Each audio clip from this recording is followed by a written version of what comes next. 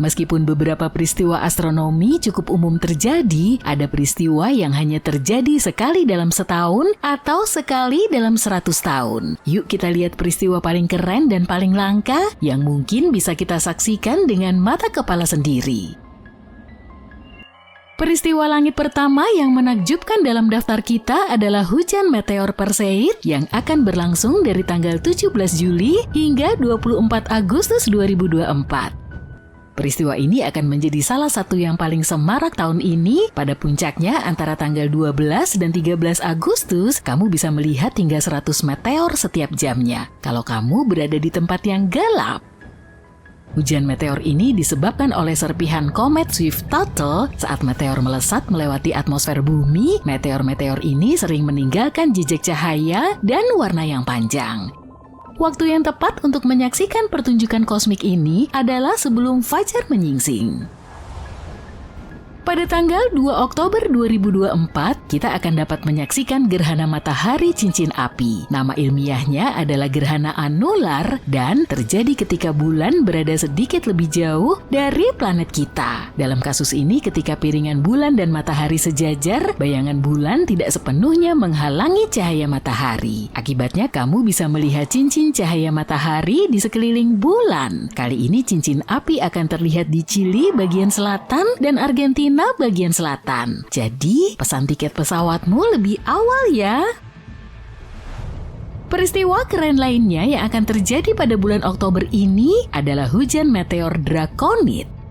Selama peristiwa ini, meteor akan lebih banyak melintas pada malam hari daripada dini hari. Hujan meteor ini biasanya berlangsung lambat, hanya menghasilkan beberapa meteor per jam. Di sisi lain, para astronom berbicara tentang Draco yang langka dan berapi-api yang telah diketahui mengirimkan ratusan meteor melintasi langit dalam waktu 1 jam. Apakah kita akan beruntung tahun ini? Waktu yang akan menjawabnya. Mulai tanggal 12 Oktober dan selama sepekan berikutnya, kamu akan berkesempatan untuk melihat komet yang melintasi planet kita. Meskipun komet yang hampir sulit diucapkan ini akan berada pada jarak 70 km dari bumi, pada titik terdekatnya kamu mungkin bisa melihatnya dengan mata telanjang. Komet memiliki reputasi sebagai benda yang sulit diprediksi. Sebagian besar benda angkasa yang berdebu dan dingin ini diperkirakan berasal dari pinggiran tata surya jutaan tahun yang lalu, dan di sana mereka menghabiskan sebagian besar waktunya dalam kegelapan, tidak bergerak dan tidak terlihat. Seperti aku di sekolah menengah. Kini beberapa di antaranya sudah mendekati matahari dan banyak ahli yang sudah meramalkan akan ada pemandangan langit yang fantastis di bulan Oktober. Kalau kamu melewatkan hujan meteor yang telah kita bahas, kamu masih bisa mengejarnya, yakni hujan meteor Orionid akan terus berlangsung dari tanggal 26 September sampai tanggal 22 November 2024. Terkadang peristiwa ini bisa menghasilkan 40 hingga 70 meteor per jam, tapi baru-baru ini jumlah maksimumnya lebih rendah dari 20 sampai 30 meteor yang terlihat. Dan peristiwa terakhir untuk tahun ini adalah hujan meteor Geminid. Aku kasih tahu ya, peristiwa ini akan sangat menakjubkan. Para astronom menyatakan hujan meteor ini merupakan salah satu yang terbaik di tahun ini karena meteor-meteornya yang terang dan dapat dilihat. Sekitar 120 bintang jatuh akan melesat melintasi langit setiap jamnya. Menariknya, ketika sebagian besar hujan meteor berasal dari komet yang terdiri dari debu dan es, Geminid berasal dari asteroid berbatu, yakni 3.200 Phaethon. Para ilmuwan masih belum tahu bagaimana mengklasifikasikan asteroid ini karena asteroid ini memiliki ekor dan semakin terang ketika mendekati matahari, sama seperti komet. Di sisi lain, baru-baru ini para astronom menemukan kalau ekor asteroid ini tidak terbuat dari debu, melainkan dari gas natrium. Sekarang, yuk kita lakukan perjalanan lebih jauh ke masa depan. Pada tahun 2029, kita akan menyaksikan gerhana bulan paling gelap di abad ini. Gerhana bulan terjadi ketika satelit alami kita ini sepenuhnya bersembunyi di balik bayangan bumi. Kadang-kadang saat itu terjadi, bulan bisa tampak berwarna merah terang. Biasanya, semakin dekat bulan ke pusat bayangan planet kita, semakin gelap gerhana yang terjadi. Menurut para ahli, gerhana pada tanggal 26 Juni 2029 akan menjadi sangat gelap. Gerhana ini akan berlangsung sekitar 1 jam 42 menit dan akan menjadi yang paling terlihat di Amerika Selatan. Jadi, jangan lupa untuk memesan tiketmu ya. Supermoon yang juga merupakan bulan purnama kedua yang terjadi dalam satu bulan dikenal sebagai supermoon biru. Supermoon seperti ini tidak mengikuti jadwal yang teratur dan terjadi setiap 10 tahun sekali. Menurut NASA, supermoon biru berikutnya akan terjadi pada bulan Januari serta Maret 2037. 3 tahun kemudian, pada tahun 2040, kita akan menyaksikan parade planet-planet ketika 5 planet di tata surya, Merkurius, Venus, Mars, Jupiter, dan Saturnus akan berbaris. Tentu saja ini tidak akan menjadi garis lurus sempurna, tetapi tetap akan menjadi pemandangan yang cukup mengesankan. Beberapa planet seperti Venus dan Jupiter dapat diamati dengan jelas bahkan di kota-kota besar dan dengan mata telanjang. Tetapi selama parade planet, kamu akan dapat melihat lebih banyak lagi, jadi mungkin inilah saatnya untuk membeli teleskop. Supermoon paling terang di abad ke-21 akan terjadi pada tahun 2052. Masalahnya, orbit satelit alami kita ini tidak bulat sempurna. Bulan mengikuti jalur elips saat mengelilingi bumi, dan itulah sebabnya ada 2 titik-titik terdekat dengan bumi yang disebut perigee dan titik terjauh yang dikenal sebagai apogee. Pada tanggal 6 Desember 2052, kita akan melihat supermoon yang menakjubkan. Satelit kita akan berada pada jarak 356.000 km dari planet kita, sedikit lebih dekat dari biasanya. Pada tahun 2060, kita akan melihat komet bernama 15P atau Finlay. Komet ini akan menjadi salah satu komet terdekat yang mendekati planet kita dalam 100 tahun terakhir. Komet ini akan melintas pada jarak sekitar 5 juta kilometer, dan inilah masalahnya. Setiap kali komet mendekati matahari, komet akan memanas dan mulai memancarkan gas dan debu, sehingga tampak seperti bintang kecil. Berkat angin matahari, komet juga memiliki ekor yang indah dan panjang, dan semakin dekat komet dengan bumi, semakin terang komet itu terlihat di langit. Siap-siap ya untuk menyaksikan pertunjukan yang menakjubkan. Pada tahun 2084, sesuatu yang dikenal sebagai gerhana bumi akan terjadi, menjadi salah satu peristiwa paling menarik di abad ke-21. Sayangnya kita tidak akan bisa melihat pemandangan langit ini dari bumi, tentu saja, tapi kita mungkin bisa mengaguminya dari Mars. Selama peristiwa ini, bulan dan bumi akan berpapasan dengan matahari, tampak seperti siluet gelap. Peristiwa ini dikenal sebagai transit planet, yaitu peristiwa yang mirip dengan gerhana matahari, tapi dengan planet lain, bukan bulan. Pada tahun 2100, bagi kita yang masih berada di sini, bintang utara akan berada paling dekat dengan kutub langit utara. Para pelaut telah menggunakan bintang terkenal ini selama berabad-abad untuk mencari tahu di mana letak utara. Tapi hal yang paling lucu dari hal ini adalah bahwa bintang ini tidak sejajar sempurna dengan arah utara. Alasannya, bumi tidak memiliki sumbu yang tetap. Bumi berputar di angkasa seperti gasing raksasa dalam proses yang disebut precessi orbit. Itulah sebabnya bintang utara tidak tetap berada di tempat yang sama di langit. Dia bergerak perlahan tapi pasti.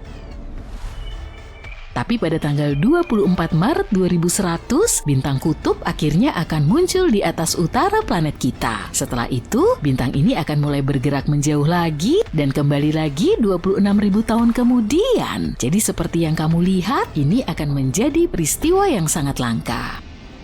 Peristiwa ini akan menjadi hadiah perpisahan dari bintang utara karena poros bumi terus bergerak dalam waktu sekitar 2000 tahun, bintang utara akan digantikan bintang lain yaitu Gamma Cepheus. Jadi pendekatan terdekat pada tahun 2100 akan menjadi yang terdekat dengan planet kita dalam waktu yang sangat lama. Kuharap kamu sudah mencatat peristiwa astronomi paling menarik dalam 100 tahun ke depan ini ya. Yang paling keren adalah menyaksikan sebagian besar peristiwa astronomi tersebut. Kamu bahkan tidak perlu membeli teleskop. Peristiwa-peristiwa itu akan bisa kamu lihat dengan mata telanjang. Oh, lihat tuh.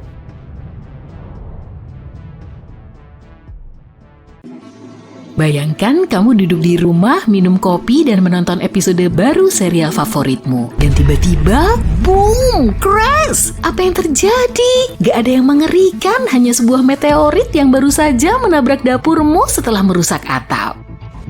Kamu mungkin berpikir cerita ini sepenuhnya dibuat-buat, tapi itulah yang sebenarnya terjadi di New Jersey selama hujan meteor Eta Aquarid yang aktif dari tanggal 19 April hingga 28 Mei dan mencapai puncaknya pada tanggal 5 hingga 6 Mei. Batu angkasa itu sendiri berukuran sebesar roti isi daging babi gulung, warnanya juga gelap gulita dan beratnya hampir 2 kilogram. Batu itu menghantam atap dan menghantam lantai kayu, merusaknya. Ketika penghuni rumah menemukan batu itu dan menyentuhnya, batu itu masih hangat. Untungnya benda itu nggak mengandung radioaktif dan nggak ada seorang pun di rumah saat penyusup itu tiba. Tapi, apa yang paling mengejutkan dari meteorit ini? Para astronom menduga meteorit ini berasal dari bola salju kosmik yang melesat sangat jauh dari bumi. Untuk menjelaskan hal ini, aku harus menceritakan sedikit tentang Eta Aquarid. Hujan meteor ini terkenal dengan meteor-meteornya yang cepat dan meninggalkan jejak cahaya yang panjang. Hujan meteor ini dihasilkan oleh komet Halley yang menyelesaikan orbitnya mengelilingi matahari setiap 76 tahun sekali. Komet ini belum pernah mengunjungi bumi sejak tahun 1986 dan baru akan kembali lagi pada tahun 2061. Saat ini komet ini berada di dekat rasi Hydra yang jaraknya lebih dari 100 tahun cahaya dari bumi. Setiap tahun, bumi harus melewati jejak puing-puing yang ditinggalkan komet. Puing-puing itu bertabrakan dengan atmosfer kita, hancur dan menciptakan garis-garis warna-warni yang indah di langit malam. Dan itu terjadi setiap kali Halley kembali ke bagian dalam tata surya. Inti komet ini melepaskan lapisan es dan batuan ke angkasa dan sebagian mencapai planet kita. Otoritas New Jersey bagian tengah meyakini meteorit yang menyelinap masuk ke dalam rumah berasal dari hujan meteor tersebut. Tapi kurasa kamu mungkin merenungkan pertanyaan lain yang membingungkan banyak orang. Apa perbedaan di antara semua benda angkasa itu? Maksudku, ada banyak sekali benda-benda itu yang terbang di luar sana. Meteor, meteorit, asteroid, komet. Oke, yuk kita cari tahu bersama-sama. Asteroid adalah benda berbatu yang mengorbit matahari. Biasanya asteroid nggak terlalu besar dan nggak aktif. Komet berbeda. Komet diselimuti es yang biasanya menguap saat terkena sinar matahari, membentuk koma, sebutan untuk atmosfer komet. Koma ini terdiri dari debu dan gas. Komet juga punya ekor yang terbuat dari debu dan atau gas. Meteoroid adalah bagian kecil dari komet atau asteroid yang mengorbit matahari. Kalau meteoroid ini berhasil menyelinap masuk ke atmosfer bumi dan menguap di sana, maka itu adalah meteor. Meteoroid ini sering disebut sebagai bintang jatuh, dan terakhir kalau meteoroid berhasil bertahan melewati atmosfer planet kita dan mendarat di permukaan bumi, maka meteoroid itu disebut meteorit. Kalau kamu berpikir tamu luar angkasa seperti itu jarang terjadi, itu nggak sepenuhnya benar. Setiap hari planet kita dihantam lebih dari 100 ton partikel seukuran pasir. Sekitar setahun sekali, sebuah asteroid besar seukuran mobil memasuki atmosfer bumi, berubah menjadi bola api yang mengesankan dan terbakar. Untungnya sebelum mencapai permukaan planet ini, dan setiap 2000 tahun sekali, sebuah meteoroid sebesar lapangan sepak bola menghantam bumi, menyebabkan banyak kerusakan. Dan sekarang bayangin nih, sebuah asteroid yang sangat besar sedang mendekati planet kita. Gak ada seorang pun di bumi yang bisa memprediksi kemunculannya, juga gak ada yang bisa menghentikannya. Itu sebabnya, gak lama kemudian asteroid itu akan menabrak permukaan bumi. Kekuatan tabrakan itu begitu dahsyat, sehingga pengunjung ruang angkasa itu gak berhenti sampai menembus kerak bumi hingga kedalaman beberapa kilometer. Tabrakan itu meninggalkan kawah seluas lebih dari 160 kilometer, Ribuan kilometer kubik batuan padat langsung berubah menjadi uap. Tabrakan ini memicu serangkaian bencana alam yang menghapus 75% kehidupan di bumi. Makhluk yang berada cukup dekat untuk melihat tabrakan gak bisa bertahan hidup lebih dari beberapa detik. Bahkan lebih dekat lagi ke kawah tabrakan, tanah tertutup abu panas, pasir dan reruntuhan setinggi ribuan meter. Beberapa detik kemudian segala sesuatu yang ada di sekelilingnya terbakar. Apa yang gak terbakar dalam beberapa menit setelah tabrakan akan mengalami nasib yang berbeda, bahkan lebih mengerikan. Asteroid itu menyebabkan tsunami dahsyat dan terbesar yang pernah ada. Sebuah penelitian terbaru menyatakan tsunami tersebut ribuan kali lebih kuat daripada gelombang yang pernah dilihat manusia. Tsunami tersebut begitu dahsyat hingga mengikis sedimen dasar laut hingga setengah dunia. Tim ilmuwan bahkan memodelkan ulang kejadian-kejadian dalam 10 menit pertama setelah tumbukan. Dan model yang dihasilkan menunjukkan kalau asteroid itu menghasilkan gelombang hingga 30.000 kali lebih besar dari salah satu tsunami terbesar yang pernah dicatat manusia, yaitu tsunami di Samudra Hindia pada tahun 2004. Kamu mungkin sudah bisa menebak aku berbicara tentang peristiwa nyata, yaitu tabrakan asteroid yang memusnahkan dinosaurus dari muka bumi. Asteroid Chicxulub, seperti yang kita kenal sekarang, diyakini berasal dari bagian terluar tata surya. Benda luar angkasa ini setidaknya berukuran 10 km. Asteroid ini menabrak perairan laut dangkal di dekat semenanjung Yucatan. Tabrakan itu begitu kuat sehingga meninggalkan jejak di permukaan planet. Pada 2021, para peneliti menemukan bahwa tabrakan itu telah mengukir mega ripples ke dalam kerak bumi di wilayah Louisiana Tengah saat ini. Namun peristiwa dahsyat seperti itu ketika objek sebesar itu mengancam penghuni bumi sangat jarang terjadi, hanya sekali dalam beberapa juta tahun. Batuan luar angkasa yang berukuran lebih kecil dari 24 meter biasanya terbakar di atmosfer planet kita sehingga hanya menimbulkan sedikit atau bahkan nggak ada kerusakan. Kalau meteorit berbatu yang lebih besar dari 24 meter tapi lebih kecil dari 805 meter menghantam bumi, maka akan menyebabkan kerusakan lokal di area tumbukan. Sedangkan untuk batu antariksa yang berdiameter lebih besar dari 805 meter, kemungkinan besar akan menimbulkan dampak di seluruh dunia. Dan benda-benda angkasa ini bahkan bukan yang terbesar. Sebagai perbandingan, asteroid yang menghuni sabuk asteroid utama antara Mars dan Jupiter bisa berukuran 933 km. Tapi kamu bisa bernapas lega karena asteroid-asteroid itu terlalu jauh dan gak mengancam planet kita. Setiap saat, para ilmuwan kita terus belajar lebih banyak tentang asteroid dan komet yang berbahaya. Mereka bahkan telah mendirikan Kantor Koordinasi Pertahanan Planet alias PDCO. Kantor ini memastikan objek-objek yang berpotensi berbahaya bisa dideteksi sedini mungkin. Sebuah objek dianggap potensi berbahaya jika orbitnya diperkirakan akan membawanya dalam jarak 8 juta kilometer dari bumi. Ukurannya juga harus cukup besar untuk mencapai permukaan planet kita, yakni lebih dari 30 meter.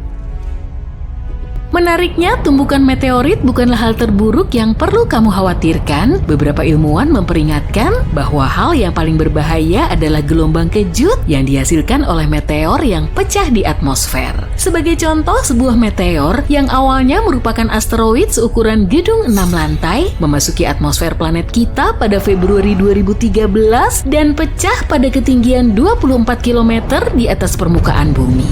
Hal ini menghasilkan gelombang kejut yang setara dengan ledakan yang sangat besar. Pengunjung ruang angkasa yang lebih besar lagi disebut meteorit Tunguska. Meteorit ini juga 10 kali lebih energik. Meteorit ini pecah berkeping-keping di atas sungai Tunguska pada Juni 1908, meratakan 2000 km persegi hutan. Kalau meteorit itu nggak begitu besar, peristiwa ini nggak akan terdeteksi karena lokasinya yang terpencil.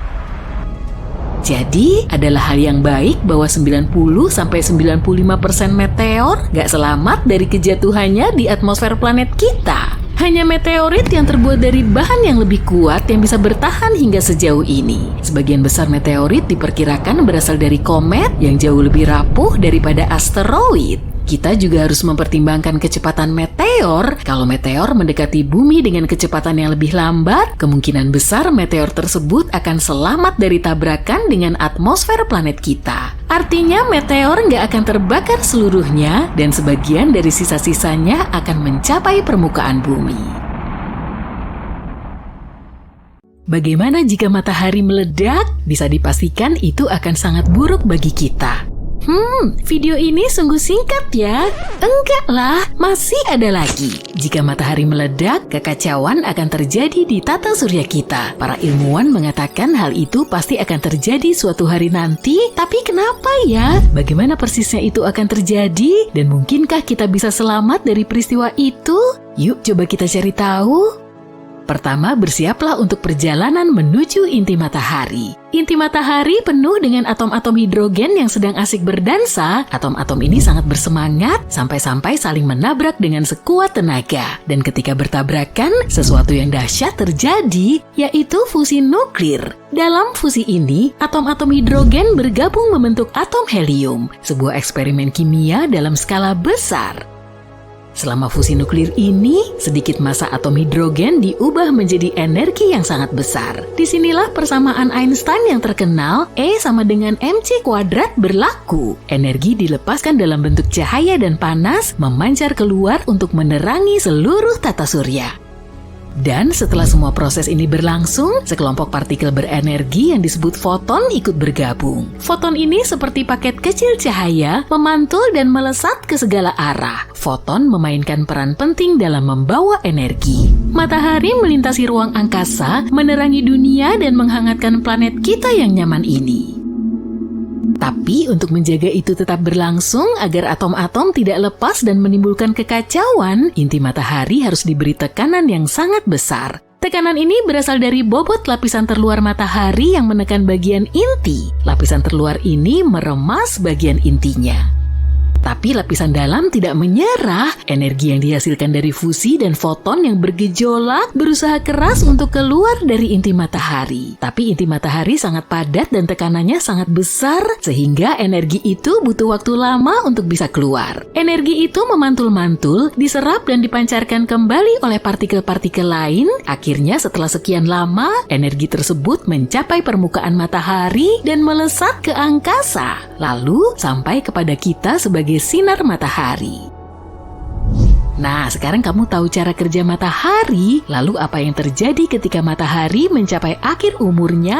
Jadi begini, matahari memiliki persediaan bahan bakar hidrogen yang terbatas. Sekitar 5 miliar tahun lagi, bahan bakarnya akan habis. Setelah itu, bintang ini akan mengalami perubahan besar. Perhatikan baik-baik ya, karena ada kemungkinan kita semua akan melewatkan hal ini. Pertama, matahari akan mengembang dan menjadi raksasa merah, memuai seperti balon. Ukurannya menjadi semakin besar hingga menelan planet-planet di dekatnya, termasuk bumi yang kita cintai ini. Bayangkan matahari akan memenuhi seluruh ruang angkasa. Jadi, kita bahkan tidak akan bisa melihat akhir dari matahari, kecuali pindah ke tempat yang lebih jauh. Setelah fase raksasa merah, matahari akan sedikit menyusut, lapisan terluarnya akan menghilang ke angkasa, meninggalkan nebula planet yang indah. Nebula ini akan menampakkan intinya yang bercahaya.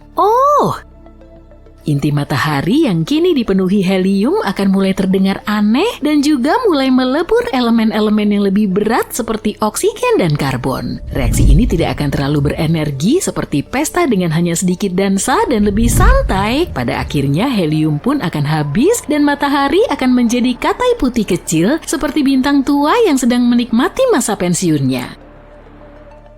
Para ilmuwan memperkirakan matahari memiliki waktu sekitar 7 hingga 8 miliar tahun lagi sebelum cahayanya meredup. Tapi jangan khawatir, pada saat itu manusia mungkin sudah bepergian ke galaksi-galaksi yang jauh atau bahkan berevolusi menjadi makhluk luar angkasa yang menakjubkan.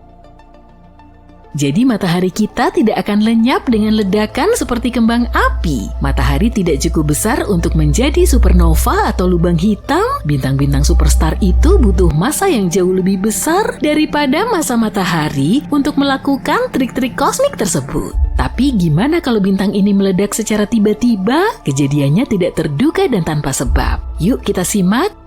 Bayangkan ini, matahari meledak dan bumi pun kacau. Peristiwa ini melepaskan energi yang sangat besar, mengirimkan gelombang kejut yang melesat di angkasa dengan kecepatan cahaya. Butuh waktu sekitar 8 menit bagi gelombang kejut ini untuk mencapai bumi. Kenapa? Karena jarak rata-rata matahari ke bumi adalah 150 juta kilometer. Jadi cahaya matahari butuh waktu setidaknya 8 menit 20 detik untuk menempuh jarak itu dan sampai ke bumi. Sekarang kita bahas peristiwa itu sendiri. Itu akan menjadi pemandangan yang luar biasa dan juga akan menjadi akhir dari segalanya. Energi luar biasa yang dilepaskan akan menyebabkan matahari mengembang dengan cepat dan menelan planet-planet dalam termasuk bumi. Bukan itu saja, bersiaplah untuk ledakan radiasi yang sangat dahsyat. Matahari akan melepaskan semburan partikel bermuatan super. Partikel-partikel ini termasuk sinar X dan gamma yang bisa mengacaukan segalanya.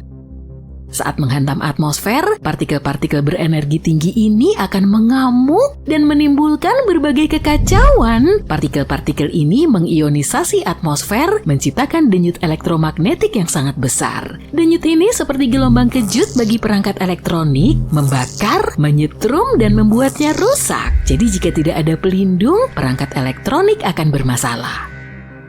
Bicara soal masalah yang terjadi setelahnya, planet kita akan menguap seketika. Akhir dari matahari bukan saja hanya mengacaukan bumi, tapi juga mendatangkan malapetaka bagi seluruh tata surya. Semburan energi yang sangat besar itu menghantam segala sesuatu yang dilaluinya. Planet-planet dan objek-objek lain akan terlempar dari orbitnya, menyebabkan kekacauan dan ketidakpastian. Sabuk asteroid di antara Mars dan Jupiter, hilang, lenyap atau tersebar di telan angin kosmik. Bahkan planet-planet yang selamat dari peristiwa ini mungkin akan keluar dari orbitnya, mengembara entah kemana. Jangan lupakan planet-planet luar seperti Jupiter dan Saturnus. Planet-planet raksasa ini menghasilkan panas internal sendiri yang membuatnya nyaman dan menarik banyak bulan. Tapi ledakan matahari akan mencuri kehangatan mereka dan mengubahnya menjadi tempat yang sangat dingin. Setelah membahas betapa dahsyatnya bencana ini bagi semua yang ada di tata surya, kita coba ajukan pertanyaan logis, bisakah manusia selamat? Jawaban singkatnya adalah tidak. Kita tidak akan selamat. Semuanya akan musnah, kecuali mungkin beberapa bakteri cerdik yang bersembunyi di balik kegelapan. Tapi dalam skenario mustahil di mana matahari memperingatkan kita tentang rencananya, kita mungkin masih punya peluang. Jika kita tahu sejak awal dan punya waktu untuk mempersiapkan diri, kita bisa mencari cara agar selamat. Lalu apa yang bisa kita lakukan? Karena bumi sendiri tidak akan selamat dari amukan matahari, kita harus pindah ke tempat lain. Ingatkah kamu bahwa tidak semua planet akan hancur total? Sayangnya planet-planet yang paling dekat dengan matahari, yaitu Merkurius, Venus, dan bumi akan lenyap. Jadi pilihan termudah adalah pindah ke sistem tata surya lain yang dimiliki planet mirip bumi. Tapi gimana jika bumi berhasil selamat dari bencana ini? Gak usah kita pikirin gimana hal itu bisa terjadi. Kita bahas konsekuensinya saja ya. Iklim kita akan berubah drastis pada saat-saat pertama ledakan matahari. Radiasi dan partikel-partikelnya akan menaikkan suhu secara drastis seperti gelombang panas yang tak kunjung berakhir. Kita bicara soal efek rumah kaca yang dahsyat nih. Lautan akan menguap, menciptakan awan tebal dan lembut yang memerangkap panas dan menolak melepaskannya ke angkasa. Setelah itu, tanpa pelukan hangat matahari, bumi akan segera menjadi freezer. Jadi kita harus berpikir kreatif. Salah satu idenya adalah berlindung jauh di bawah tanah, di mana kita tidak akan terlalu terpengaruh oleh radiasi dan perubahan suhu tiba-tiba. Saat menggali lebih dalam, suhu akan meningkat. Jadi dengan alat dan sumber daya yang tepat, manusia bisa meringkuk di dalam bunker perlindungan, bertahan selama beberapa tahun tanpa sinar matahari. Kenapa hanya beberapa tahun? Ingatkah kamu bahwa matahari adalah pusat gravitasi tata surya kita? Tanpanya, bumi akan terombang-ambing mencari pusat gravitasi yang baru. Bayangkan planet kita, satelit kita, bulan, dan planet-planet lain perlahan bergerak di luar angkasa. Untungnya matahari kita kini masih ada, menjaga kita tetap hangat dan bersinar untuk lebih banyak lagi petualangan kosmik yang akan datang. Jadi kita masih aman untuk beberapa miliar tahun lagi, tapi seru juga sih membayangkan skenario yang mustahil. Nantikan skenario-skenario lain. Pada tahun 2018 lalu, terjadi letusan bawah laut aktif paling dahsyat di dunia. Itu menurut catatan resminya ya. Nah, saat itu para ilmuwan mengamati gempa bumi yang melanda bagian barat Samudra Hindia di lepas pantai Madagaskar. Dari tahun 2018 sampai 2021, lebih dari 11.000 gempa bumi telah menerjang pulau kecil Mayat yang terletak di antara Madagaskar dan Mozambik. Bahkan gempa terkuatnya mencapai magnitudo 5,9. Padahal sebelumnya daerah ini cukup tenang. Dan tercatat cuma ada 2 gempa bumi selama 50 tahun terakhir. Selain gempa bumi biasa, ada juga dengungan seismik misterius, seperti gempa bumi pada frekuensi rendah yang berada jauh di bawah tanah. Masyarakat setempat gak akan ngerasain dengungan ini di permukaan bumi, tapi para peneliti di seluruh dunia bisa mendeteksinya. Dan mereka tahu kalau fenomena ini berkaitan erat dengan aktivitas gunung berapi yang kurang teramati. Jadi singkatnya, ada kejadian aneh. Letusan bawah laut telah membentuk gunung berapi raksasa setinggi gedung pencakar langit. Gunung berapi bawah laut yang baru muncul ini ternyata sekitar 1,5 kali tinggi gedung One World Trade Center di New York dan hampir 10 kali lebih tinggi dari Patung Liberty. Area di sekitar gunung ini telah dieksplorasi pada tahun 2014, tapi semua medannya hampir datar, tenang dan kosong. Dan sekarang, area tersebut telah dihiasi gunung berapi hampir 2.580 meter di bawah permukaan laut. Magmanya berasal dari reservoir paling dalam sepanjang sejarah yang terletak hampir 55 km di bawah tanah. Bumi punya beberapa lapisan dan bagian tengahnya agak tebal. Wujudnya sangat mirip dengan karamel kacang isian coklat. Menurut penelitian, di dalam cairan mantel bumi kemungkinan besar ada bongkahan kerak samudra. Bongkahan ini kemudian terjebak hingga menghasilkan gumpalan besar di lapisan halusnya. Lapisan luar planet kita bertekstur kaku. Mantel atasnya panas dan keraknya rapuh. Mantel yang panas ini terus bergejolak sehingga bikin kerak di permukaan bumi juga bergerak. Dengan begini, kerak samudra akan tenggelam lalu bikin gumpalan magma raksasa naik ke permukaan. Para ilmuwan juga telah menemukan lempeng kuno Samudra Pasifik ratusan kilometer di bawah Tiongkok. Sisa dasar Laut Pasifik dari masa lalu ini tertarik ke bawah menuju zona transisi mantel. Lempengan batu yang tadinya berada di dasar lautan ini terbuat dari kerak dan sejumlah bahan padat dari mantel atas. Sebagian aktivitas vulkanik di bumi terjadi di area yang nggak bisa kita lihat, tepatnya di bawah permukaan laut. Sekitar 70% aktivitas vulkanik terjadi di lautan dan sebagian besarnya berlokasi di Pasifik Selatan. Di wilayah ini terdapat lebih dari 1.100 gunung berapi yang saling berdesakan. Tebing pantai, rangkaian gunung, tanah, dan sedimen adalah contoh kecil dari bebatuan di planet kita. Sementara lautan menyimpan banyak sekali materi. Di antara permukaan dan inti bumi terdapat mantel. Lapisan batuan ini cukup hangat, tebal, dan terus bergerak. Ratusan kilometer di bawah sana tersembunyi berlian. Selama pembentukannya, batu mulia ini berada di bawah suhu dan tekanan tinggi, hingga akhirnya membeku. Setelah berlian ini naik ke permukaan bumi, para saintis bisa meneliti strukturnya untuk mencari tahu proses pembentukannya dan mendalami rupa planet kita. Berkat berlian, mereka tahu kalau mantel sangat basah dan mungkin juga mengandung lebih banyak air daripada semua lautan di bumi. Bumi bikin air laut makin surut. Saat lempeng tektonik saling bergerak, menukik dan menunjam, banyak air akan masuk ke perut bumi. Air di bawah permukaan bumi bisa membantu menghasilkan magma dan melumasi patahan. Dan sebenarnya, proses ini malah makin mempermudah terjadinya gempa bumi. Air juga tersimpan di dalam mineral, kemudian menyatu dengan kerak bumi saat lempeng samudra baru terbentuk.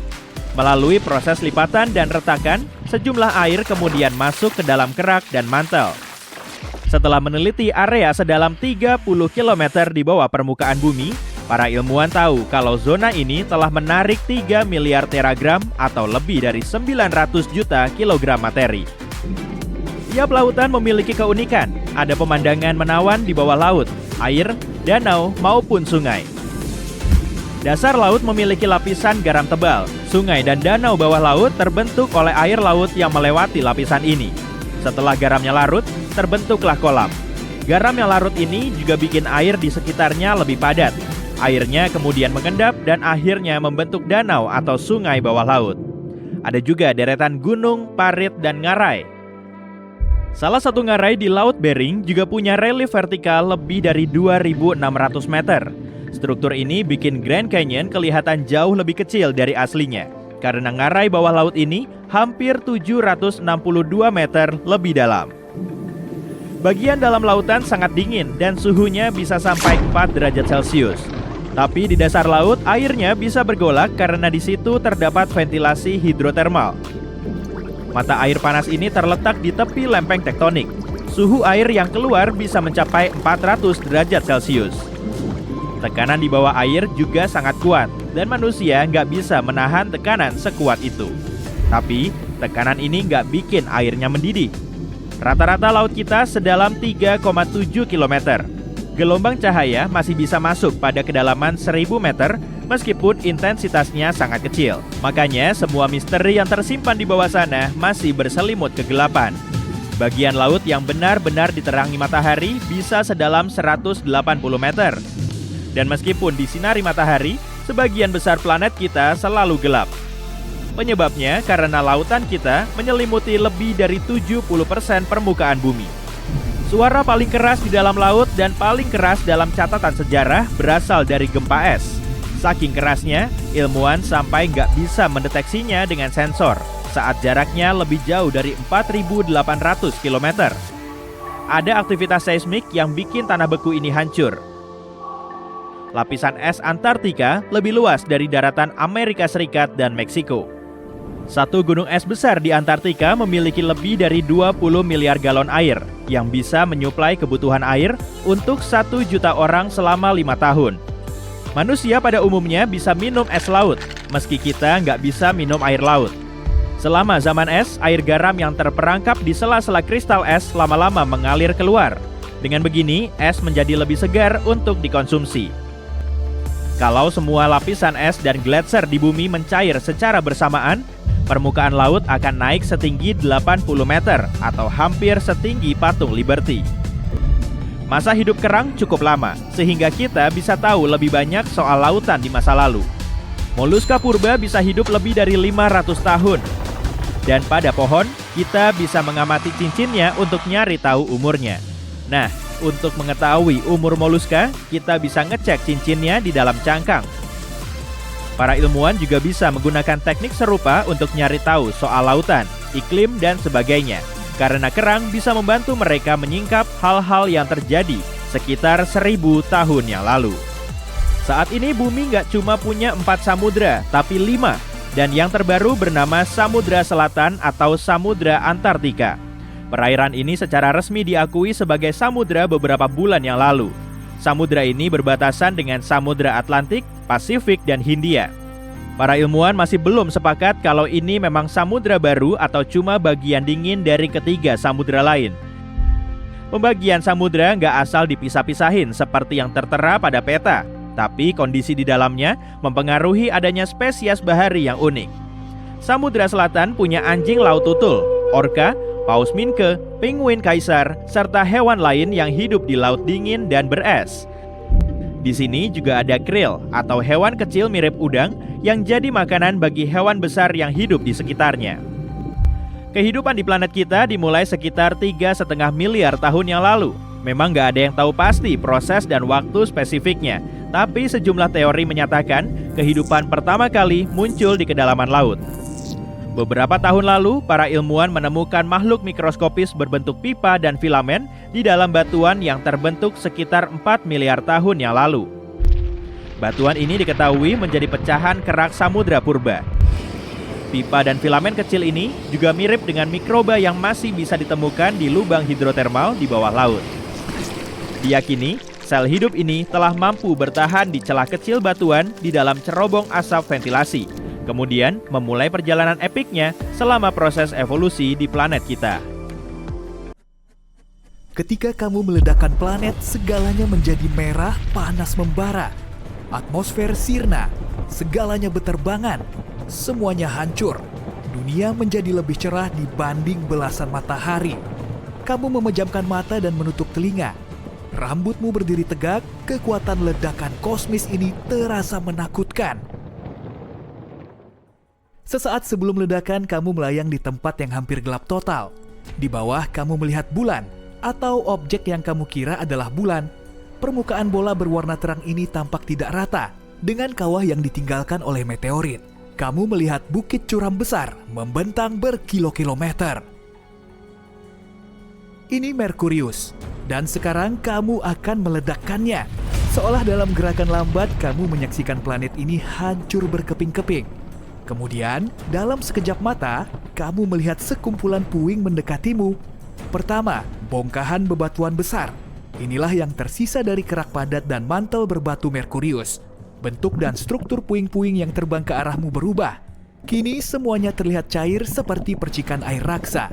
Itu inti metalik planet Merkurius yang hancur. Inti cair ini mengambil 85% volume Merkurius. Dan akhirnya, ledakan dan bongkahan padat datang lagi. Inilah inti planet padatnya. Saking kuatnya, ledakan ini menggeser orbit bumi. Matahari pun menelan awan debu yang sangat besar itu. Hanya inilah yang tersisa dari Merkurius. Tapi jangan khawatir, tata surya kita tidak akan kehilangan planet apapun. Seluruh ledakan ini hanya percobaan sementara. Begitu selesai melihat apa yang terjadi, kamu menekan satu tombol lain. Dan planet yang hancur tadi kembali menyatu, seolah kamu menekan tombol rewind. Kamu mendekati planet berikutnya. Permukaannya tersembunyi di bawah atmosfer super padat yang terbuat dari karbon dioksida. Jika ingin mendarat di Venus, kamu harus menembus awan asam sulfat tebal. Kamu melihat permukaan planet yang coklat kemerahan, kering dan sangat panas. Kamu mungkin akan melintasi dataran halus dan rata yang menutupi 2/3 permukaan planet ini. Kamu terkejut melihat gunung berapi yang tersebar di Venus. Ada 1.600 totalnya. Sayangnya, kamu tak akan bisa melihat semuanya karena kamu sudah menekan tombol. Boom! Bongkahan besar basal terbang menjauh dari pusat ledakan. Ini adalah bagian dari kerak planet setebal 18 km. Lalu kamu melihat meteor merah membara terbang ke arahmu dengan kecepatan luar biasa. Itu adalah bongkahan mantel berbatu Venus yang meleleh. Hujan api tampak tak ada habisnya. Mungkin karena tebal mantelnya mencapai 1.900 km. Tapi itu bukan bagian paling masif dari planet ini. Kekuatan ledakan memecah inti besi metalik Venus. Tadinya ukuran inti planet ini 2 kali lipat mantelnya. Kamu mencapai sang planet marmer biru, planet rumahmu. Bagaimana bentuk bumi yang hancur jika dilihat dari luar angkasa? Dari atas, bumi terlihat indah. 71% permukaannya berwarna biru karena air laut dan samudra itu. Ada juga area hijau, kuning, dan coklat, serta pusaran putih. Kamu menekan tombol. Planet itu meledak menjadi badai bebatuan. Itulah yang tersisa dari kerak tipis bumi dan mantelnya yang jauh lebih tebal. Inilah yang dulu membentuk 84% volume bumi. Kamu melihat hujan bebatuan ini berubah menjadi jauh lebih cair. Ini adalah lelehan besi panas dan nikel yang tadinya membentuk inti luar bumi. Tekanan yang ada tidak cukup untuk membuat logam ini tetap solid.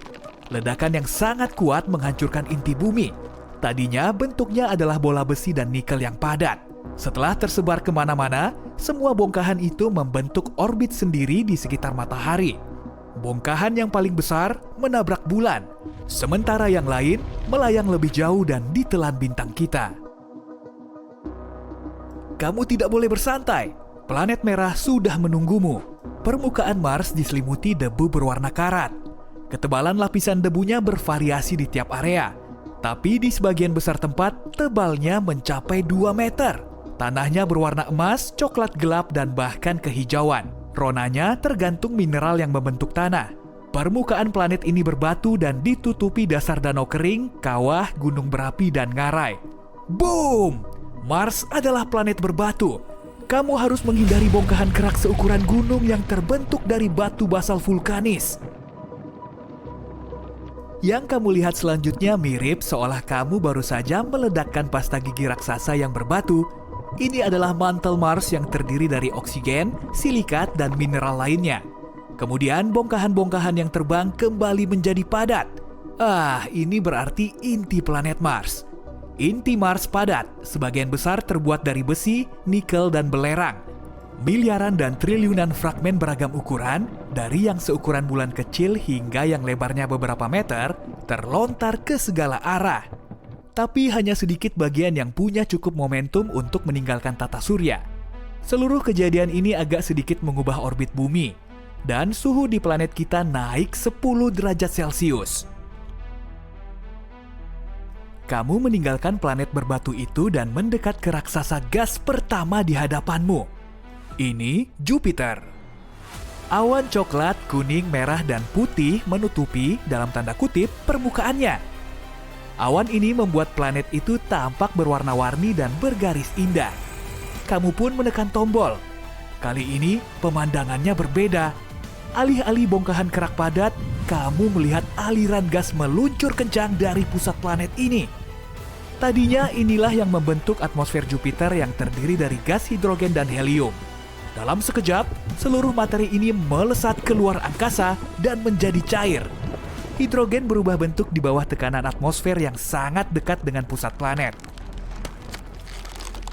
Tak lama kemudian, cairan ini sudah menjadi campuran hidrogen dan helium metalik. Dan akhirnya ada benda padat. Ini mungkin inti Jupiter, yang masanya 14 hingga 18 kali massa bumi. Diameter raksasa gas ini sekitar 145.000 km, tapi ledakan ini berlangsung tidak lebih dari setengah detik. Ledakan Jupiter sangat kuat sehingga menguapkan planet yang lebih kecil seperti Mars dan Bumi. Matahari tetap utuh. Suhunya memang naik sedikit dan menjadi agak tidak stabil, tapi itu cuma sebentar. Raksasa gas berikutnya adalah Saturnus. Awalnya planet ini kelihatannya punya permukaan. Bola coklat kekuningan yang tampak padat ini dikelilingi lapisan awan. Cincin terkenal Saturnus memang luar biasa dan penuh warna. Abu-abu, krem, dan coklat. Cincin ini adalah sekelompok cincin mungil yang terbentuk dari bongkahan es, air, batu, dan debu yang melayang. Ukuran bongkahan-bongkahan ini beragam, mulai dari sebintik kecil sampai sebesar gedung pencakar langit. Saat mengorbit Saturnus, semuanya terus bertabrakan dan bongkahan yang lebih besar hancur. Kamu terkejut melihat bahwa cincin ini tidak bulat sempurna. Ada lekukan yang disebabkan tarikan gravitasi dari bulan-bulan di dekat Saturnus. 53 di antaranya sudah punya nama resmi. Titan, dunia es yang lebih besar dibanding bulan kita dan bahkan Merkurius, adalah yang paling besar. Pemandangan di depanmu mirip dengan apa yang terjadi saat kamu meledakkan Jupiter. Perbedaannya hanya satu. Cincin Saturnus pecah berhamburan, melontarkan bebatuan dan es keluar angkasa dengan kecepatan luar biasa. Bongkahan terbesarnya menabrak bulan-bulan Saturnus hingga menghancurkan bulan-bulan kecilnya. Kamu melihat aliran gas sebagian besar terdiri dari hidrogen dan helium dengan sedikit metana, amonia, dan air. Aliran gas ini bergerak super cepat, menjauhi pusat planet. Setelah itu, percikan materi cair menyusul. Ini hidrogen cair yang akhirnya menjadi metalik. Dan terakhir, bongkahan-bongkahan inti padat Saturnus yang terdiri dari materi berbatu. Kamu kini melihat bola biru kehijauan yang indah sang raksasa es, Uranus. Planet ini punya warna yang unik saat cahaya matahari terpantul oleh permukaannya. Selain itu, sebagian besar atmosfer Uranus adalah hidrogen dan helium dengan sedikit gas metana yang menyerap cahaya merah. Mari lanjutkan. Boom!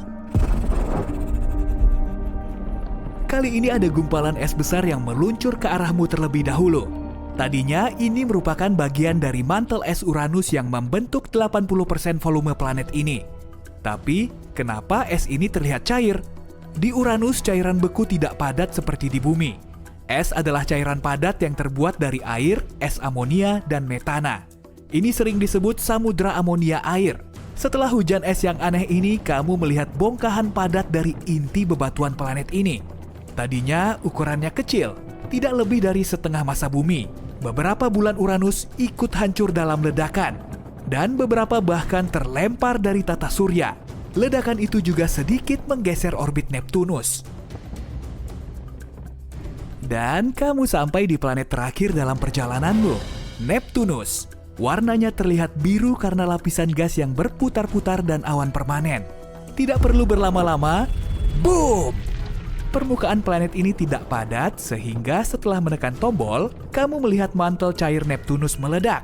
Mirip balon berisi air yang dilempar dari lantai 50. Ledakan ini mengirim percikan air, amonia, dan es menjauh keluar angkasa.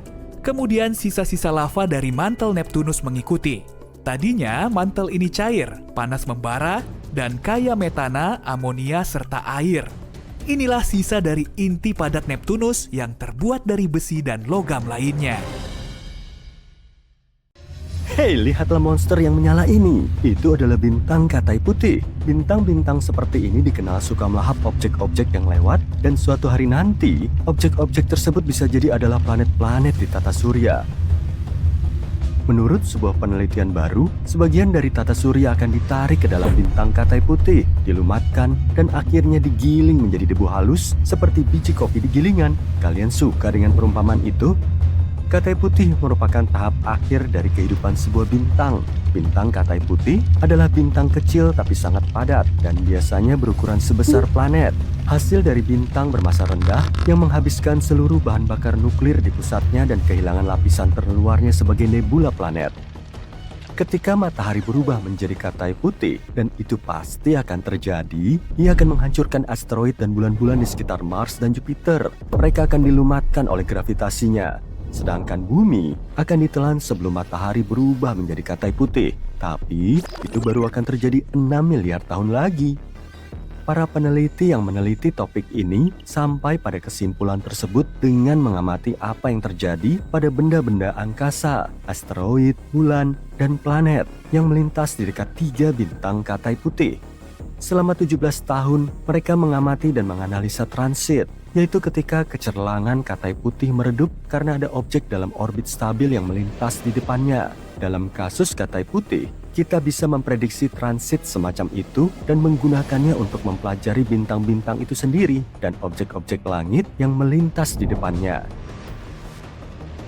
Jadi ketika ada sesuatu yang terlalu dekat dengan bintang Katai Putih, gravitasi bintang yang sangat besar akan mencabik-cabiknya menjadi serpihan-serpihan yang lebih kecil dan lebih kecil lagi. Tim juga menemukan kalau transit puing-puing tersebut sangat kacau. Ditambah lagi, puing-puing ini berbentuk aneh, yang artinya puing-puing ini sedang dilahap lebih lanjut.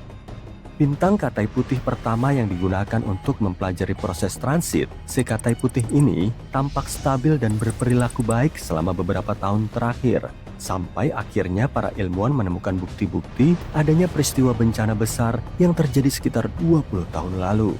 Bintang berikutnya meredup secara tidak beraturan setiap beberapa bulan sebelum akhirnya menjadi terang kembali. Dan Katai Putih ketiga berperilaku mendekati prediksi teoritis. Bintang ini memiliki transit yang bervariasi dalam hal jumlah, bentuk, dan kedalaman. Tapi, studi terbaru menunjukkan kalau transit tersebut sekarang sudah tidak ada lagi. Hal ini mengindikasikan sifat transit yang tidak dapat diprediksi. 1 menit kamu melihatnya, menit berikutnya transit itu hilang. Alasannya mungkin karena lingkungan yang kacau di mana mereka berada. Sedangkan untuk tata surya kita sendiri, dan khususnya planet kita, nasibnya terlihat cukup menyedihkan. Bumi akan ditelan matahari yang terus mengembang, bahkan sebelum bintang kita itu berubah menjadi Katai Putih. Sementara itu di bagian tata surya lainnya, yang berada lebih jauh dari matahari, beberapa asteroid di antara Mars dan Jupiter, serta beberapa bulan Jupiter akan hancur. Asteroid tersebut kemungkinan besar akan terlontar dan melintas terlalu dekat dengan Katai Putih. Di saat yang sama, para astronom tidak yakin 100% apa yang akan terjadi pada tata surya. Jadi kita harus menunggu dan melihat saja selama 6 miliar tahun. Berbicara tentang katai putih, para ilmuwan baru-baru ini menemukan katai putih yang memiliki bekas luka logam aneh di permukaannya. Bekas luka ini mungkin terbentuk setelah bintang tersebut mencabik-cabik dan memakan planet kecil yang mengorbitnya. Bintang katai putih yang memiliki jejak logam di atmosfernya bukanlah hal yang langka. Jejak-jejak ini ditinggalkan oleh planet-planet yang jatuh ke dalam bintang yang dipengaruhi oleh gravitasinya. Para ahli sudah lama menduga kalau logam-logam tersebut seharusnya tersebar merata di seluruh permukaan katai putih yang tercemar. Tapi sebuah penelitian baru menemukan katai putih dengan logam yang aneh dan terkonsentrasi. Bintang ini dipantau selama 2 bulan dengan bantuan Very Large Telescope di Chili. Para peneliti menemukan sebuah patch buram dari logam. Logam tersebut berada di salah satu kutub magnetik bintang dan menghalangi sebagian cahaya bintang ketika bintang berotasi. Dari posisi tersebut, para astronom menyimpulkan kalau materi tersebut kemungkinan besar disalurkan ke dalam bintang oleh medan magnetnya yang sangat kuat.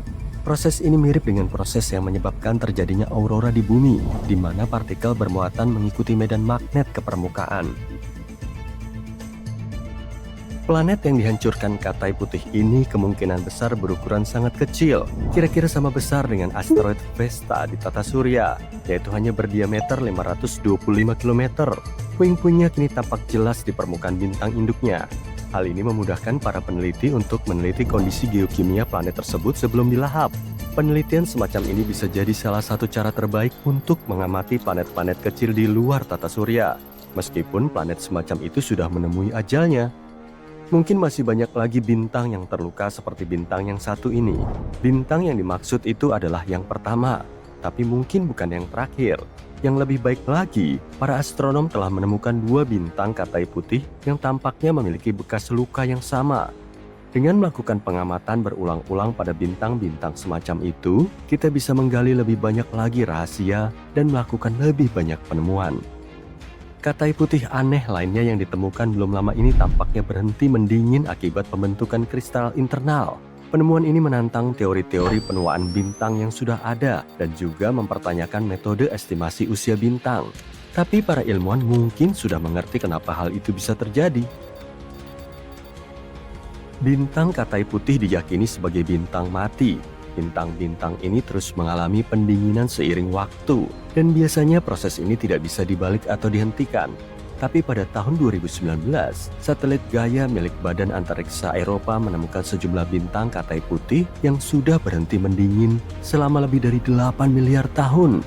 Ini bisa berarti kalau sebagian bintang katai putih bisa menghasilkan banyak energi ekstra yang bertentangan dengan teori klasik bintang mati. Awalnya, para astronom tidak tahu bagaimana hal itu bisa terjadi. Pada akhirnya, lebih dari 97% bintang di galaksi Bima Sakti berubah menjadi katai putih. Para astronom sudah lama menduga kalau bintang-bintang seperti itu sudah berada di akhir hidupnya. Setelah kehabisan sumber energi nuklir, bintang-bintang tersebut berhenti memproduksi panas dan mendingin. Akhirnya, plasma padat di bagian dalamnya membeku menjadi solid dan bintang pun memadat dari dalam keluar. Keseluruhan proses ini bisa memakan waktu miliaran tahun. Namun penelitian baru mengklaim bahwa pada beberapa katai putih, plasma padat ini tidak membeku begitu saja. Sebaliknya, kristal-kristal padat yang terbentuk saat membeku menjadi lebih tidak padat daripada cairan dan mulai melayang ke atas. Kristal-kristal itu menggeser cairan yang lebih berat ke bawah. Pergerakan materi yang lebih berat ke arah pusat katai putih melepaskan energi gravitasi. Energi ini cukup untuk mengganggu proses pendinginan bintang dan menghentikannya selama miliaran tahun. Penjelasan ini sebenarnya cocok dengan semua sifat populasi katai putih yang tidak biasa. Tapi ini adalah pertama kalinya mekanisme transportasi seperti itu terlihat di bintang jenis apapun. Dan ini merupakan fenomena astrofisika yang sangat menarik. Tapi kenapa mekanisme ini bisa terjadi di beberapa bintang tapi tidak di bintang lainnya? Kemungkinan besar hal itu tergantung pada komposisi bintang. Sebagian bintang katai putih terbentuk dari penggabungan 2 bintang yang berbeda. Ketika kedua bintang itu bertabrakan dan membentuk katai putih, komposisi bintang akan berubah dan memungkinkan terbentuknya kristal-kristal yang melayang-layang. Penemuan ini mungkin saja berarti para astronom harus mengkaji ulang cara-cara yang selama ini digunakan untuk menentukan usia bintang. Saat ini, katai putih sering digunakan sebagai indikator usia bintang. Semakin dingin sebuah katai putih, semakin tua usianya. Tapi sekarang kita sudah tahu tentang kemungkinan penundaan dalam proses pendinginan beberapa bintang Katai. Hal ini membuat metode penentuan usia yang populer menjadi tidak bisa diandalkan. Beberapa bintang dengan temperatur tertentu mungkin lebih tua miliaran tahun dari yang kita duga sebelumnya. Mekanisme transportasi di dalam Katai putih yang baru saja ditemukan menunjukkan kalau sebagian bintang-bintang tersebut bisa bersinar seterang normal selama miliaran tahun. Hal ini memperumit penanggalan usia dan penggunaan Katai putih untuk merekonstruksi pembentukan galaksi kita. Hei, tetap di sini ya. Hei, bisa minta tolong nggak? Coba bayangin saat pertama kali kamu pergi berkemah. Mungkin kamu pergi bersama orang tuamu, mungkin juga saat karya wisata bersama teman-teman sekolahmu. Apapun itu, cobalah untuk membayangkan atau mengingat bagaimana rasanya saat hari hampir berakhir. Matahari sudah terbenam, tapi masih ada cahaya di luar. Katakanlah kamu sedang berbaring, mencoba untuk beristirahat sejenak. Apa hal pertama yang kamu ingat ketika melihat ke atas? Jika kamu sama sepertiku, mungkin yang pertama kali dilihat adalah banyaknya bintang yang berkelap-kelip di hadapanmu. Bintang-bintang ini yang sebagian besar bisa kamu lihat tanpa alat bantu adalah bagian dari Bima Sakti. Percaya atau tidak, galaksi kita yang menakjubkan ini usianya hampir sama tuanya dengan alam semesta itu sendiri. Selain usia, galaksi ini juga merupakan tempat yang menyenangkan. Bima Sakti bagaikan tempat pembibitan kosmik, tempat bintang-bintang baru dilahirkan. Dan aku kasih tahu ya, galaksi ini adalah rumah bagi beberapa tempat yang paling menarik. Setidaknya dari apa yang bisa kita lihat dalam foto. Ambil contoh Gunung Mistik, sebuah area di Nebula Carina. Di sini segala sesuatunya selalu memercik dan penuh energi. Hal ini disebabkan oleh kolom gas yang bertabrakan dan menciptakan semburan yang saling berlawanan yang terlempar seperti pemain akrobat di sirkus. Ini seperti gerakan khas bintang yang sedang dilahirkan loh. Dan kalau kamu perhatikan foto yang mengagumkan ini, kamu akan melihat elemen-elemennya menampilkan pertunjukan yang penuh warna. Biru melambangkan oksigen, hijau untuk hidrogen dan nitrogen, dan merah untuk belerang yang mendesis. Siap untuk perhentian berikutnya dalam perjalanan kita melintasi Bima Sakti? Lihatlah awan debu dan gas antar bintang yang sangat besar dan meliuk-liuk di tengah-tengah M16 ini, yang juga dikenal sebagai nebula elang. Di sana ada pilar-pilar penciptaan yang sangat keren, yang tampak seperti tiang-tiang menjulang tinggi, tempat bintang-bintang baru bersembunyi dan bersantai.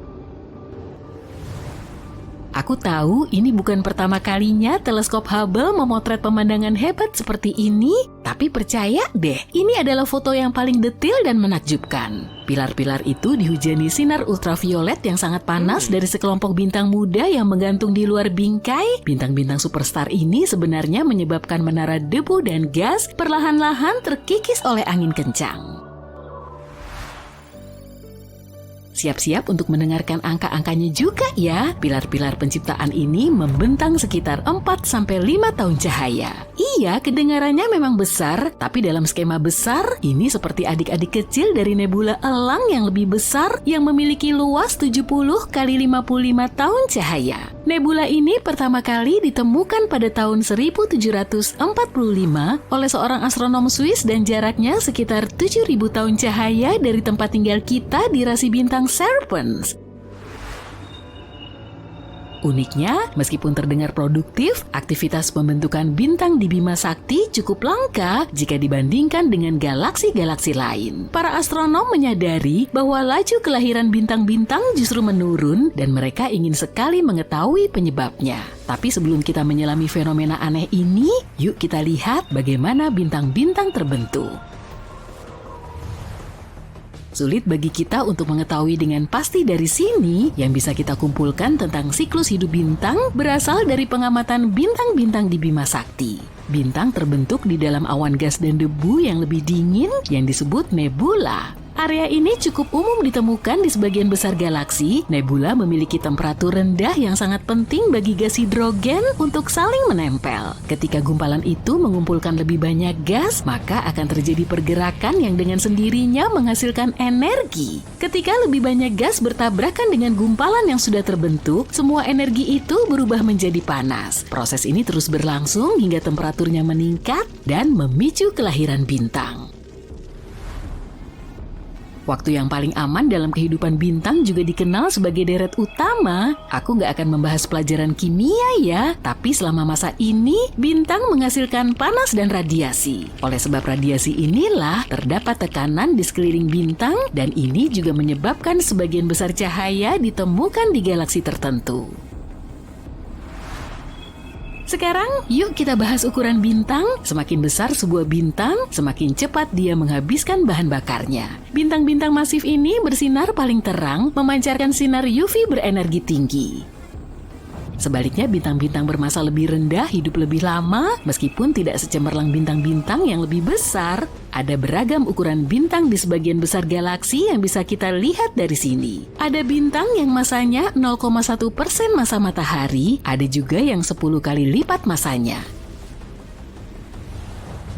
Begitu sebuah bintang menghabiskan bahan bakarnya, dia akan memasuki masa akhir hidupnya dan bertransformasi menjadi bintang yang meredup. Bintang-bintang yang ukurannya sama dengan matahari atau lebih kecil tidak bisa lagi menghasilkan radiasi pada tahap ini. Gravitasi mengambil alih dan menyebabkan materi bintang-bintang ini mengendap menjadi katai putih. Untuk bintang-bintang yang lebih besar, garis waktunya sedikit berubah. Bintang-bintang ini juga kolaps, tapi ada lebih banyak materi yang terbakar dan di sana juga lebih panas. Keruntuhan ini menciptakan inti yang lebih kuat. Ketika semua bagian dalam bintang sudah selesai, lapisan terluarnya runtuh dalam sekejap. Lapisan luar itu memantul dari inti dengan kecepatan yang hampir sama dengan kecepatan cahaya. Ini adalah peristiwa ledakan yang mengesankan yang disebut supernova, materi yang dilontarkan menjadi dasar pembentukan bintang-bintang di masa depan. Supernova juga meninggalkan lubang hitam. Sekarang setelah kita mengetahui sedikit tentang kehidupan bintang, yuk kita coba melihat tiap-tiap generasi. Bintang-bintang tidak muncul secara konstan dengan laju yang sama. Saat ini alam semesta hanya memproduksi sekitar 1/9 jumlah bintang dibanding masa kejayaan pembentukan bintang, yaitu sekitar 10 miliar tahun lalu. Sebuah penelitian memberi kita gambaran tentang sejarah pembentukan bintang. Demi menulis tentang ini, 2 orang ilmuwan bekerja sama untuk mengumpulkan banyak sekali data tentang galaksi.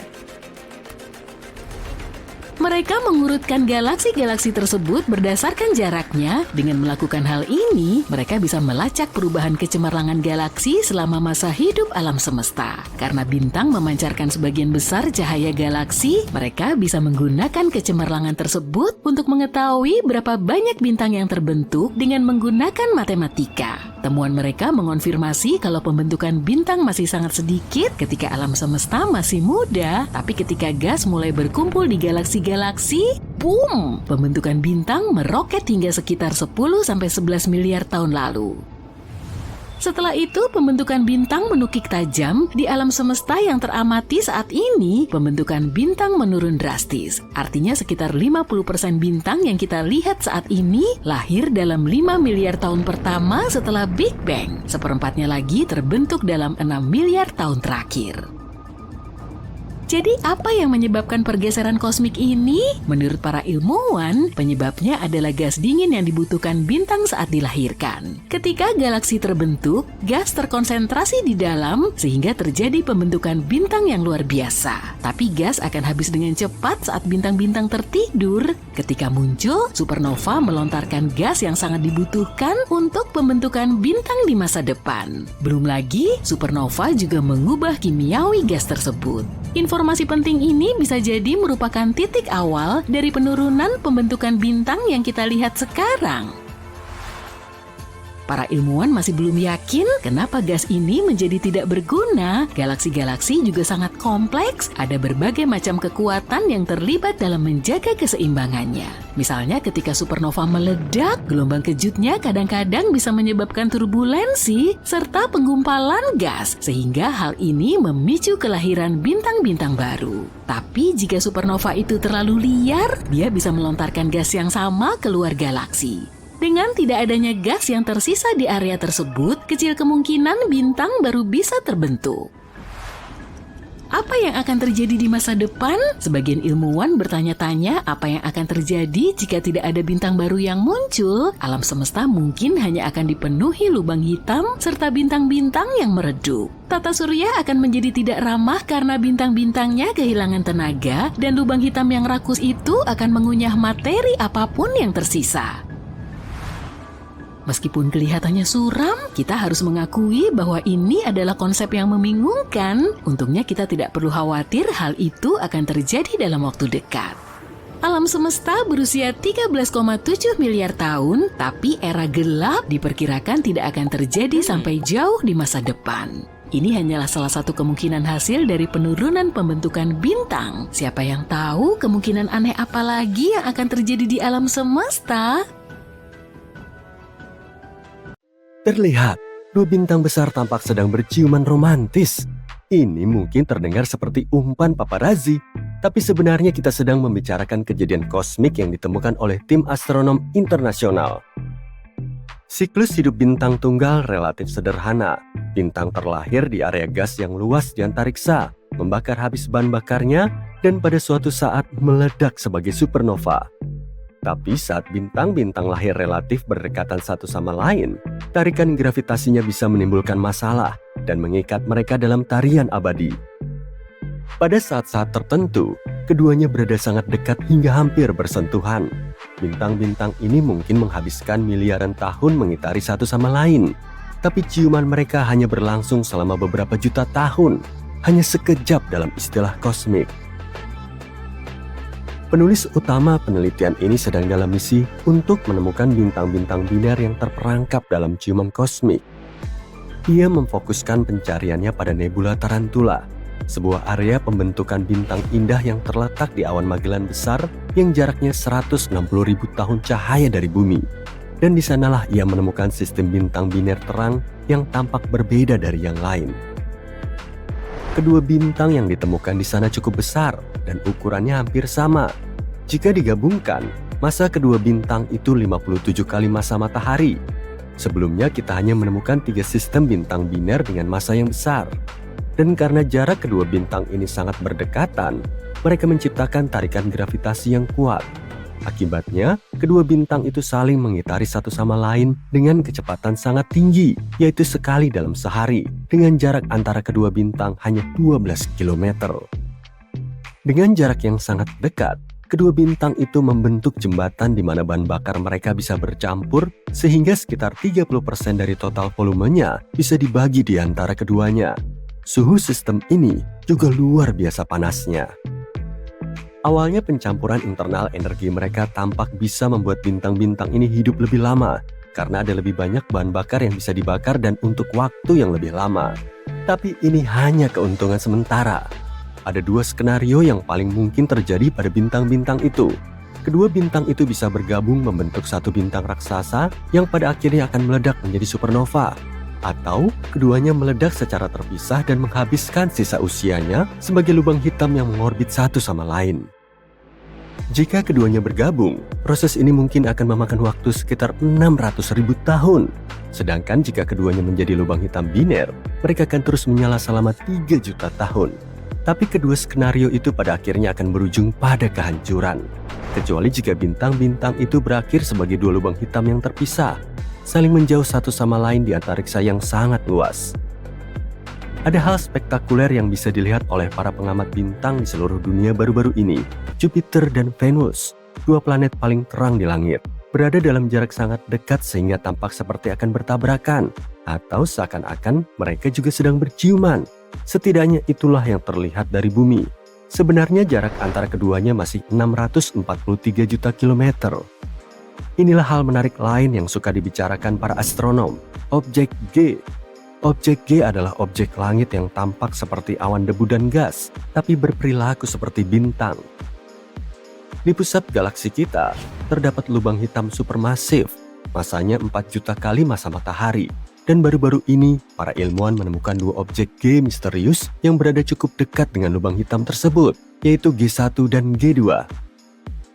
Teori yang paling memungkinkan adalah G2 merupakan 2 bintang yang mengorbit lubang hitam bersama-sama dan bergabung menjadi bintang sangat besar yang diselubungi gas dan debu sangat tebal. Saat G2 berada dalam jarak terdekatnya dengan lubang hitam, ia menunjukkan ciri khas yang aneh. Bintang itu memanjang dan sebagian besar gasnya terkoyak. Semakin dekat dengan lubang hitam, bintang ini kehilangan selubung terluarnya dan kini menjadi lebih kompak lagi. Hal yang membuat semua orang tertarik dengan objek G adalah materi yang tertarik oleh gaya pasang surut saat melewati bagian pusat lubang hitam. Materi ini pasti akan jatuh ke dalam lubang hitam dan hasilnya adalah pertunjukan kembang api yang mengesankan. Hal ini terjadi karena materi yang termakan lubang hitam akan memanas dan memancarkan radiasi sebelum akhirnya menghilang di horizon peristiwa. Horizon peristiwa adalah batas menakutkan di sekeliling lubang hitam yang tak bisa dilewati oleh apapun. Kini, para ilmuwan telah menemukan 4 objek G lainnya, dan semuanya berada dalam jarak 0,13 tahun cahaya dari lubang hitam. Dan bisa jadi, ke-6 objek tersebut dulunya merupakan bintang biner yang kemudian bergabung karena gravitasi yang kuat dari lubang hitam raksasa ini. Biasanya butuh lebih dari 1 juta tahun untuk menyelesaikan proses penggabungan 2 bintang. Kita tentu saja menginginkan lebih banyak objek G karena ini salah satu kesempatan langka untuk mempelajari perilaku benda-benda yang di dekat lubang hitam supermasif tanpa tertelan. Belum? Pernahkah kamu mendengar tentang bintang variabel?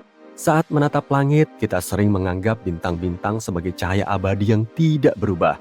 Ya, sebagian bintang memang tampak konstan, tapi sebagian lainnya berubah kecerahannya seiring waktu. Dan itulah sebabnya disebut bintang variabel. Beberapa di antaranya meredup dan menjadi terang kembali dalam hitungan hari, bulan, atau bahkan tahun. Kita tidak bisa melihatnya dengan mata telanjang. Perubahan ini hanya bisa dilihat oleh astronom menggunakan peralatan dan dalam jangka waktu yang lama. Bagaimana dengan bintang vampir? Bayangkan 2 bintang raksasa merah dan katai putih dalam sistem bintang biner berputar-putar mengelilingi satu sama lain seperti penari balet kosmik. Raksasa merah yang dulunya bintang sangat terang dan berapi-api kini telah menua dan menjadi lelah. Lapisan luar hidrogennya yang dulu tertahan oleh gravitasi kini telah melemah, membuatnya rentan terhadap katai putih yang lebih kecil dan padat. Katai putih yang dikenal sebagai bintang vampir haus akan bahan bakar hidrogen yang dimiliki saudaranya yang lebih besar, dan ia melihat peluang besar di sana. Saat keduanya berputar bersama, bintang vampir menggunakan gaya gravitasinya yang kuat untuk mencuri hidrogen dari lapisan luar si raksasa merah. Bintang vampir bersinar dengan warna biru, tampak penuh energi dan lebih muda serta terang daripada pasangan duetnya yang sudah tua. Tidak hanya bintang vampir, kengerian berlanjut dengan bintang zombie juga. Terkadang ketika raksasa merah meledak, ia tidak sepenuhnya hancur menjadi bagian-bagian kecil, tapi meninggalkan katai putih. Pada dasarnya, ini adalah bintang zombie yang sempat mati, tapi kemudian bangkit kembali. Tapi ini bukan zombie biasa yang haus akan otak. Bintang ini lapar akan materi yang selama ini diambil oleh saudara vampirnya, yaitu hidrogen. Dan jika bintang zombie berada cukup dekat dengan korbannya, ia akan mulai menghisap materi kembali untuk membentuk intinya lagi. Ia akan menjadi bom hidrogen, siap untuk meledak dalam pertunjukan balas dendam kosmik yang spektakuler. Ini fenomena yang menarik. Kita biasanya tidak bisa mendeteksinya karena ledakan ini jauh lebih redup daripada supernova pada umumnya. Namun saat terjadi, ledakan yang dihasilkan benar-benar epik dan menghancurkan bintang vampir serta saudara zombinya. Tampaknya vampir dan zombie bukanlah karya fiksi belaka. Kita tidak hanya terbentuk dari debu bintang, tapi juga lebih mirip dengan bintang dari yang kita duga. Sebagai contoh, bintang juga suka berkumpul dengan teman-teman dekatnya. Sebagian besar bintang lebih suka menjelajah alam semesta dalam bentuk gugus. Gugus adalah sekelompok bintang yang akhirnya terikat bersama oleh gaya gravitasi. Bintang-bintang di dalam gugus sebagian besar memiliki usia, jenis, hobi, dan minat yang sama. Sepertinya mereka punya kehidupan sosial yang lebih baik dariku.